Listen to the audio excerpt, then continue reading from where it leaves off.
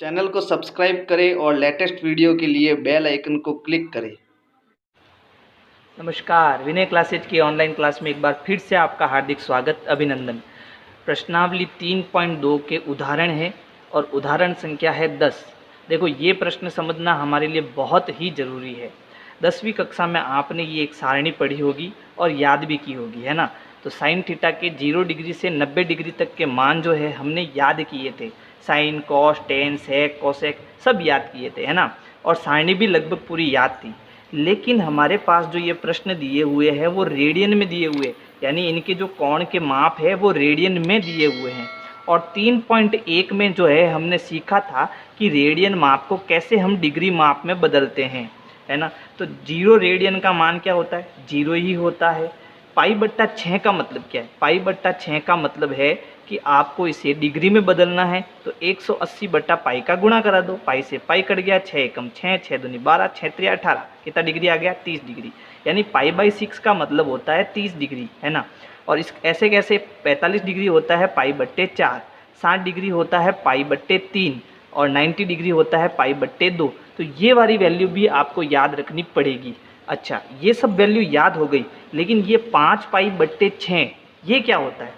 तो चलो 5 पाई/6 को भी हम डिग्री में बदल देते हैं। तो डिग्री में बदलने के लिए 180/पाई का गुणा कर दो। पाई से तो पाई कट गया, फिर ये 6 का भाग 30 बार चला गया और 5 त्रिया 15, 150 डिग्री।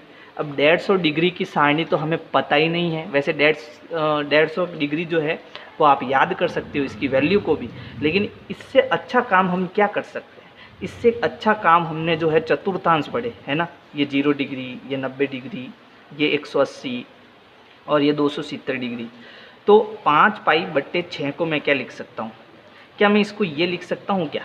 पाई माइनस पाई/6, 6 एकम 6 और 6 से कितना कम है? 1 कम है। तो यहाँ पर मैंने 1 लिख दिया ताकि 6 का गुणा कराऊंगा तो ये 6 पाई हो जाएगा, फिर 1 घटाऊंगा तो ये वापस क्या बन के आएगा? 5 पाई/6। तो अब मैंने यहाँ देखा कि पाई माइनस पाई/6, पाई कहाँ होता है? यहाँ पर होता है। पाई से कम, पाई से कम यानी कौन से चतुर्थांश में? दूसरे चतुर्थांश में। और दूसरे चतुर्थांश में कौन कौन पॉजिटिव होता है? ए, एस, टी, सी। एस पॉजिटिव यानी साइन थीटा और कॉस थीटा साइन थीटा और कॉसेक थीटा पॉजिटिव होता है, बाकी सबके सब नेगेटिव होते हैं। यानी यहाँ पर जो भी हम उत्तर निकालेंगे वो पॉजिटिव में आएगा। चलो इस प्रश्न को करते हैं।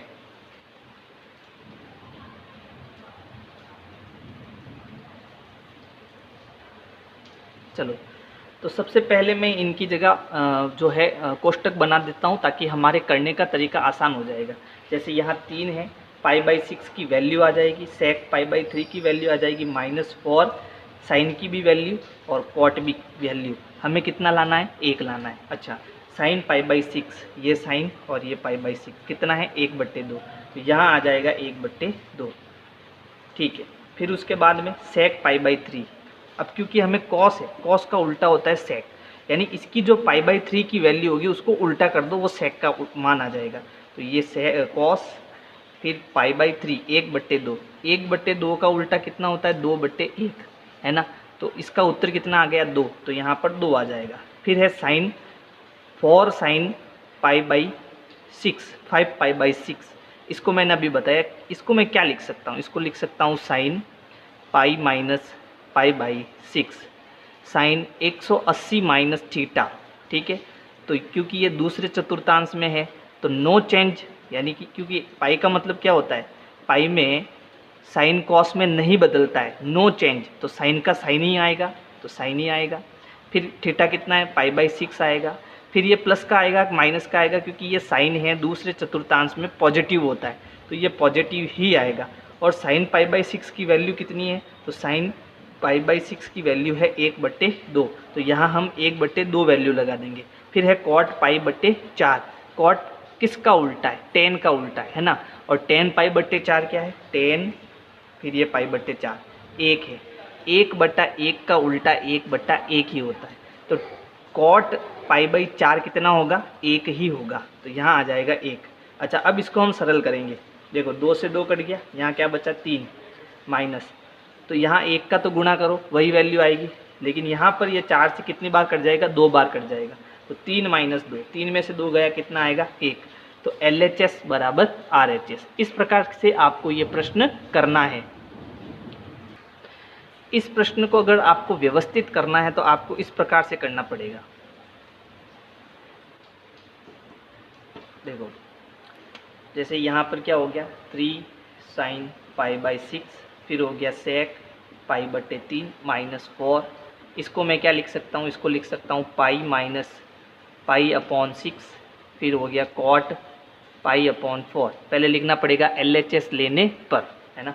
अब इनकी वैल्यू लगा देंगे, 3 1/2, इसकी वैल्यू कितनी आई, 2 -4 sin π/6 का मतलब sin π - थीटा यानी 180 - थीटा। तो नो चेंज और पॉजिटिव, क्यों, क्योंकि ये दूसरे चतुर्थांश में है और दूसरे चतुर्थांश में साइन और कॉसेक पॉजिटिव होता है ना। तो इसका आएगा sin π/6। फिर कॉट की वैल्यू रख दो, कॉट π/4 की वैल्यू हमने कितनी निकाली, 1। तो ये 2 से 2 कट गया, यहाँ क्या बचा, 3 माइनस साइन π/6 की वैल्यू कितनी, 1/2। तो यहाँ आ जाएगा 1/2 इंटू 1, ये कटेगा 2 बार, 3 - 2 बराबर कितना आएगा, 1। ऐसे भी आप कर सकते हो, ठीक है। प्रश्न संख्या 11, ये कैसे करना है। यहाँ पर दिया हुआ है साइन 15 डिग्री का मान ज्ञात कीजिए, लेकिन हमने साइन 15 डिग्री तो कभी पढ़ा ही नहीं, है ना।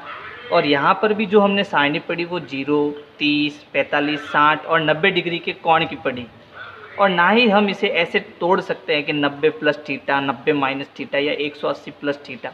तो अब क्या ऑप्शन है हमारे पास में, तो हमने एक फॉर्मूला जो हमने पिछली वीडियो में पढ़ा था, क्या पढ़ा था, साइन A + B बराबर होता है sign A cos B + cos A sin B। एक तो ये फॉर्मूला पढ़ा, और अगर यहाँ माइनस हो, जैसे साइन A - B, तो यहाँ पर क्या आ जाता है, माइनस आ जाता है, ऐसा हमने पढ़ा है ना। तो अब साइन 15 डिग्री को हम क्या लिख सकते हैं, क्या हम साइन 15 डिग्री को ऐसे लिख सकते हैं क्या, 45 डिग्री - 30 डिग्री। 45 में से 30 गया, पीछे कितना बचा, 15 डिग्री। तो क्या मैं साइन 15 डिग्री को साइन 45 - 30 लिख सकता हूँ क्या, है ना। तो अब इसको ऐसे लिख देते हैं, साइन 45 डिग्री - 30 डिग्री, और जब घटाएंगे तो वापस कितना आएगा, 15 डिग्री ही आएगा, है ना। अब हमने ऐसा क्यों किया, क्योंकि हमारे पास 45 डिग्री भी है और 30 डिग्री भी है और इनके मान भी है ना, इसलिए हमने ऐसा किया। अब sine A - B, sine A - B का फॉर्मूला क्या, sine A cos B minus cos A sin B। तो यहाँ मैं फॉर्मूला लिख देता हूँ, sine A cos B minus cos A sin B। अच्छा, ये A ये B, A है 45, B है 30, 45 30। अब इनके मान लगा दूँ, उत्तर आ जाएगा, है ना। तो साइन 45 कितना है, देखो साइन 45 1/√2, cos 30 √3/2, cos 45 1/√2 और साइन 30 1/2। अब कोई किसी से नहीं कट रहा है, तो ऊपर गुणा और नीचे गुणा, तो ऊपर गुणा कितना हो गया, √3/2√2, इसका गुणा ऐसे होगा, ध्यान रखना, माइनस ऊपर गुणा कितना हो गया, 1/2√2। एलसीएम अगर हम इसका लेना चाहिए तो क्या आएगा, एलसीएम 2/√2, 2/√2, है ना। और ऊपर क्या है, √3 - 1। तो ये हमारा क्या हो जाएगा, उत्तर हो जाएगा। तो इस प्रकार से आपको ये सारे सूत्र जो है याद होने चाहिए, जो मैंने पार्ट 1, पार्ट 2 और पार्ट 3 के सूत्रों की वीडियो बनाई है।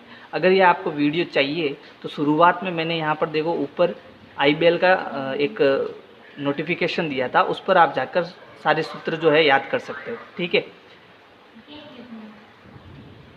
उदाहरण 12, इसमें भी हमें जो है tan 13 π/12 ऐसा हमने कभी पढ़ा नहीं। तो हमारे पास क्या ऑप्शन है इसको सरल करने का, हमारे पास ऑप्शन है, क्यों न इसे हम 2 टुकड़ों में तोड़ दें। तो क्या आइडिया है मेरे पास ये आइडिया है कि क्योंकि यहाँ पर मुझे 12 की टेबल याद होनी चाहिए, यानी 12 का पहाड़ा मुझे आना चाहिए। तो 12 इंटू 1 कितना होता है, 12 एकम 12, और ऊपर कितना आ रहा है 13, यानी अगर मैं इसमें 1 जोड़ूँ तो मुझे कितना मिल जाएगा, 13 मिल जाएगा। अब मैं इसको कैसे लिख सकता हूँ, मैं लिख सकता हूँ 10 पाई प्लस पाई बट्टे 12। देखो 12 इंटू पाई, 12 पाई प्लस 1 पाई, यानी क्या आया 13 पाई बट्टे 12। इसको हम ऐसा लिख सकते हैं। अब tan 180 प्लस थीटा कौन सा चतुर्थांश है, ये पहला, ये दूसरा, ये तीसरा और ये चौथा। क्योंकि पाई है, पाई का मतलब नो चेंज, यानी tan है तो tan ही आएगा, tan है तो tan ही आएगा, नो चेंज है ना, सूत्रों में मैंने अच्छे से समझाया है। फिर उसके बाद 180 प्लस थीटा, 180 यानी तीसरे चतुर्थांश में, प्लस प्लस यानी तीसरे चतुर्थांश में हम जा रहे हैं। और इसमें क्या होगा, ASTC, टी यानी tan और cot पॉजिटिव, बाकी सब नेगेटिव। तो ये tan है तो tan का रिजल्ट जो आएगा वो पॉजिटिव में ही आएगा। फिर tan पाई प्लस थीटा यानी 180 plus theta tan theta, theta कितना है पाई बट्टे 12। अब हमें क्या करना है, इस tan पाई बट्टे 12 को सरल करना है। लेकिन अब भी एक प्रॉब्लम है। प्रॉब्लम क्या है, हमने 0 पढ़ा, पाई बाई 6 पढ़ा, पाई बाई 4 पढ़ा, पाई बट्टे 3 पढ़ा और पाई बट्टे 2 पढ़ा, हमने पाई बट्टे 12 नहीं पढ़ा। तो इसको और तोड़ना पड़ेगा। अब कैसे तोड़ूं, क्या मैं इसको ये लिख सकता हूँ क्या, देखो 4 त्रिया 12 है ना, 4 और 3 का गुणा करते हैं तो 12 आता है, या फिर 6 चौक 24 और 24 का आधा करें तो 12 आता है, ये ठीक रहेगा। 6 चौक 24 और 24 का आधा करें तो 12 आता है। तो इसको मैं क्या लिख सकता हूँ, इसको लिख सकता हूँ pi by 4 minus pi by 6। तो लसअप लेंगे तो ये हुआ 6 पाई माइनस 4 पाई बट्टे 6 पाई, सॉरी 24 पाई, ठीक है। तो यहाँ पर घटाने पर कितना आया, 2 पाई बट्टे 24, वापस काटेंगे कितना है पाई बाई 12। तो इसको हम ऐसा लिख सकते हैं, है ना। अब मेरे पास पाई बट्टे 4 भी है और पाई बट्टे 6 भी है, लेकिन मुझे tan का फॉर्मूला लगाना पड़ेगा। tan a माइनस बी का फॉर्मूला क्या होता है, फॉर्मूला होता है tan a माइनस बी बराबर tan a minus tan b बट्टा 1 plus tan a tan b। तो ये फॉर्मूला अब मुझे यहाँ पर अप्लाई करना पड़ेगा। करेंगे, देखो tan a minus tan b बट्टा 1 minus tan a tan b। अच्छा, a कितना है पाई बट्टे 4 और b कितना है पाई बट्टे 6, पाई बट्टे 4 पाई बट्टे 6। tan पाई बट्टे 4 की वैल्यू देखो, tan पाई बट्टे 4 1, ये आ गया 1 माइनस tan पाई बाई 6, यहाँ पर देखो आपको दिखाई नहीं दे रहा है, ये पाई बाई 6 है, ठीक है, थोड़ा आप ध्यान देना, पाई बट्टे 6। तो tan पाई बट्टे 6 होता है 1 बट्टा √2, सॉरी √3 बट्टा 1 माइनस tan पाई बाई 4। तो tan पाई बाई 4 की वैल्यू 1, फिर यहाँ इंटू है tan pi by 6, tan pi by 6 हो गया आपके 1 बट्टा √3। चलो आगे करते हैं इसको।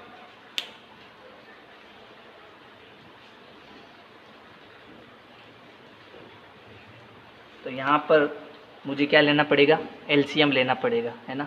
तो हम क्या करते हैं, इस बट्टे को 2 पार्ट में डिवाइड कर देते हैं, यानी इस बट्टे को हम बना देते हैं भाग, और इस तरफ मेरा आ गया 1 माइनस 1 बट्टे √3, और इधर आ गया, यहाँ पर देखो 1 का गुणा करेंगे तो यही आएगा, तो इधर भी मेरे पास आ गया 1 प्लस, यहाँ पर देखो ध्यान देना ये प्लस है, फॉर्मूला में यहाँ प्लस आएगा, ठीक है।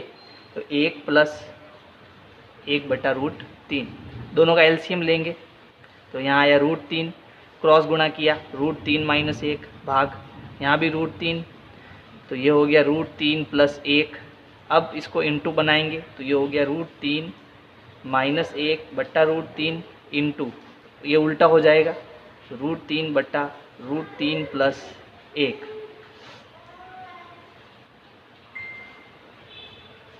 अब देखो √3 से √3 कट गया, तो ऊपर क्या बचा, √3 माइनस 1 बटा √3 प्लस 1। तो ये आपका आंसर हो सकता है, लेकिन फाइनल आंसर क्या होता है, जब तक हम इसका परिमेयकरण नहीं करते हैं तब तक इसको हम उत्तर भी नहीं मानते हैं। परिमेयकरण का मतलब क्या होता है कि नीचे अगर कोई रूट की संख्या है तो उस रूट को हमें हटाना।